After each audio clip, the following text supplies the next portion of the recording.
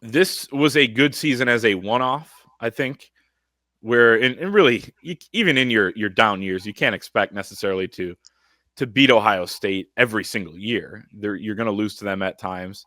I do. Doesn't feel like it maybe right now, but you got to cherish those wins because there were decades where those were few and far between. But um, you want to get back in the playoff, you want to compete for the Big Ten. But as you said earlier, Anthony, in a transition season to win those big games, to still get to 8 wins. I know there were a bunch of disappointing losses along the way, especially all the games on the road, that they lost before beating Ohio State in Columbus. But you knocked off some blue bloods. I mean, I don't know that anyone's ever beaten USC, Ohio State, and Alabama in the same season. You kept your trophies in house.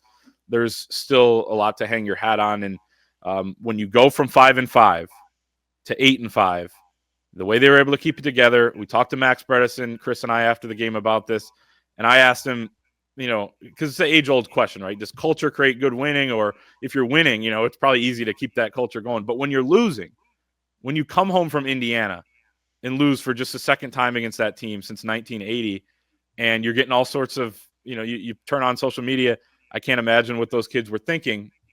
But you come home, you have a bye, you keep it together, and you're able to win your last 3 games, including 2 over top 11 opponents.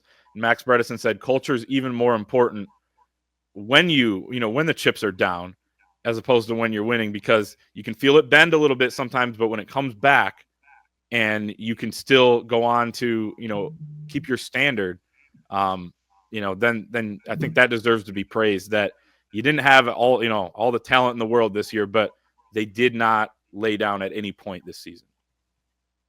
And I wrote this after the game. It's like a Lloyd Carr team when things would go south. Mhm. His ability to get this team back on track and understand that it's, you know what, we still have games to play. We may not have everything to play for like we wanted to, but you're still playing for the name on the jersey and the winged helmet.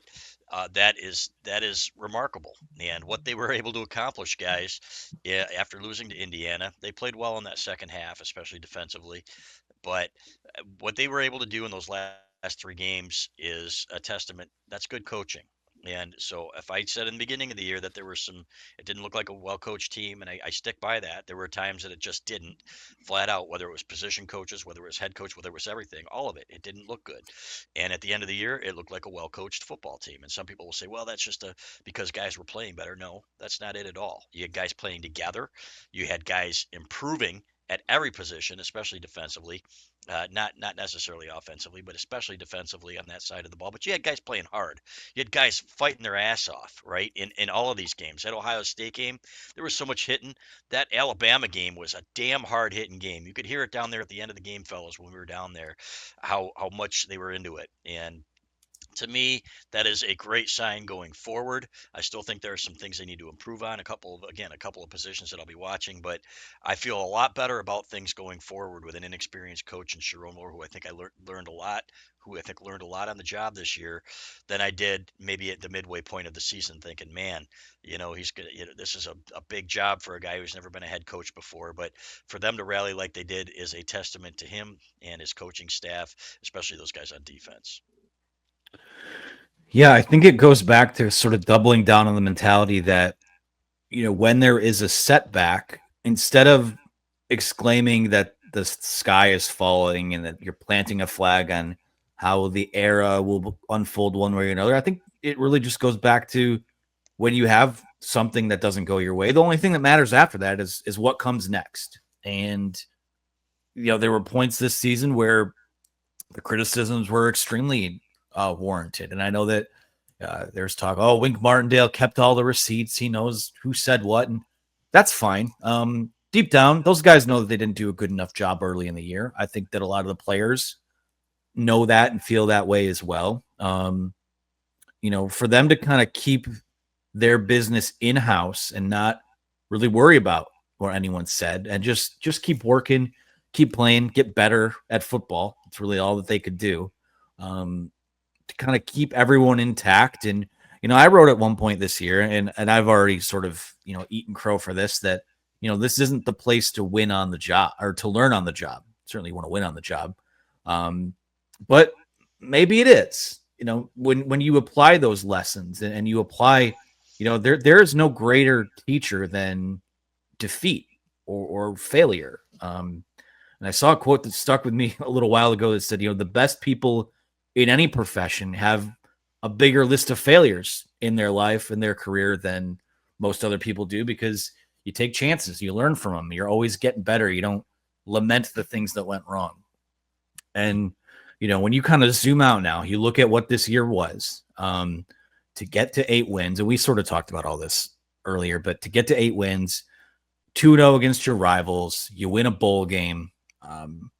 You sort of, you sign the recruiting class they did with the quarterback that they did. You've got some good things going on with NIL and in the portal.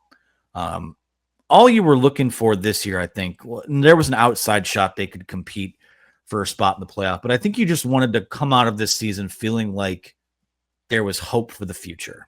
I think there's a scenario in play where, maybe they do a little bit better, but we don't learn as much. And maybe there's that slow kind of tapering off, sort of like Stanford after Jim Harbaugh. But to kind of go through all of that adversity at once and go to a really dark place. And I think coming off that Illinois game, I do think that morale was pretty darn low.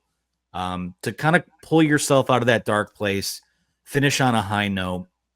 It's not a 1-to-1 comparison, but kind of reminds me of the early sort of Dan Campbell days with the Lions, where you went through some stuff, but you survived it, you stuck together, and you kept to the process, and you won some games and set yourself up for the future. So I look no further than maybe the team just down the road in terms of, hey, if you can survive all this and still get out of a season with a win over Ohio State, a win over Alabama, you're only going to get better from here. And that's incredibly encouraging. So I don't know what the future holds. I posted on the board last night, like, would you take a Marcus Freeman-like trajectory out of Sherrone Moore, where, 8-9 wins first year, get to 10 wins in that second year, and you're, in the college football playoff semifinal by year 3? I think I would. And not saying one guy is better than the other. I actually think that Sherrone Moore might be a little bit better of a head coach. But at the end of the day, it's all about that process and setting yourself up for long-term success. And I think that they've done that. And like you said, there's a scenario maybe where we don't learn as much about this team and they do a little bit better.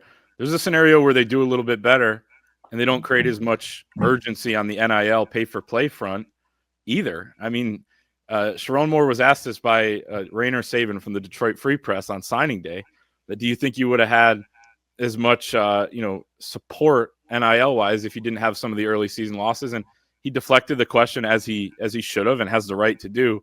But I mean, it's hard to argue that you wouldn't have without some of those losses. So, and maybe that's the nature of this era of college football. And maybe let's see how Alabama rebounds.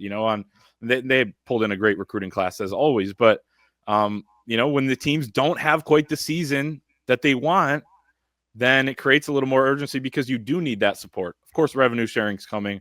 That's going to help, kind of steady things as well. But there's certainly a case to be made that maybe you needed some of that to wake some people up that had only lost one game over the last 2 years and won the national championship. So that's, I think, an element to this as well, which makes it a productive year, even though you didn't have all the success that you wanted.